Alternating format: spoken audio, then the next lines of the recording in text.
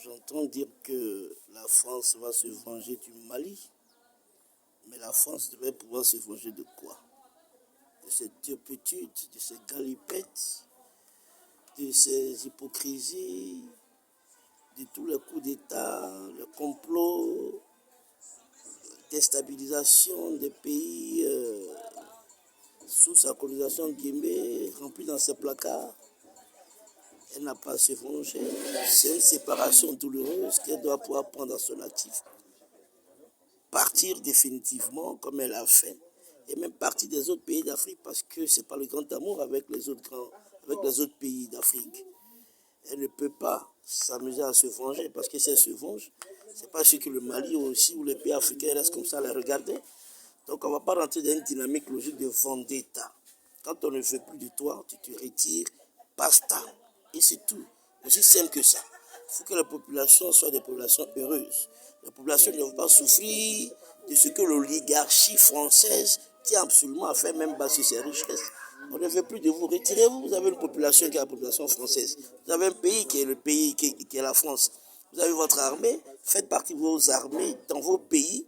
Et puis que votre armée soit l'armée de votre pays. Et non pas une armée qui va aller sous quelques prétextes que ce soit créé par vous-même, parce que les maladies, les famines, l'Ebola, c'est vous qui l'avez créé, le Covid, c'est vous qui l'avez créé, le SIDA, c'est vous qui l'avez créé. Tous ces maladies que vous créez là, ça vous permet de vous enraciner davantage dans le pays des gens, dans le pays des Africains et de pomper leurs richesses.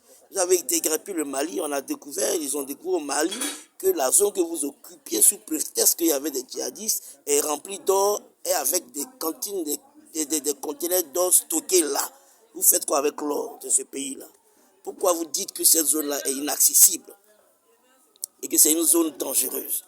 On vous connaît, on sait ce que vous faites. Si vous n'êtes pas capable de vous mettre dans une logique relationnelle normale, où vous allez négocier pour obtenir des marchés de gré à gré, en toute intelligence, d'État à État, en respectant les questions diplomatiques et autres, je suis désolé, mais vous allez vivre comme ça.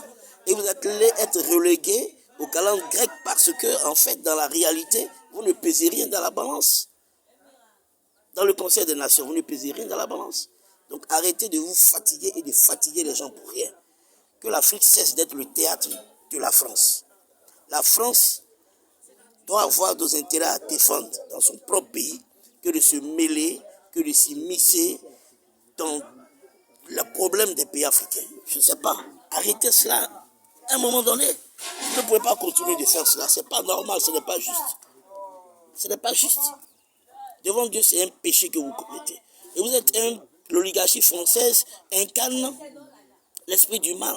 Parce que chercher à dominer quelqu'un,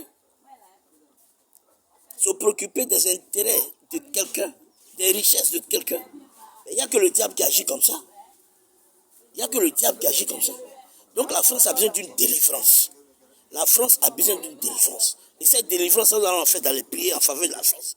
Pour qu'elle sorte, elle quitte, elle libère toutes les colonies. Parce qu'elle ne peut pas s'immiscer. Elle ne peut pas entuber la vie aux colonies, entre guillemets. L'Afrique a besoin de se retrouver. Vous ne pouvez pas vous occuper de votre enfant. Quand il grandit et qu'il habite chez lui, il travaille, allez dans sa maison, allez lui dicter tout ce qu'il doit faire. Pourquoi tu rentres à minuit, pourquoi tu rentres à 22 heures. Tu ne dois pas prendre de crédit, tu ne dois pas faire ci.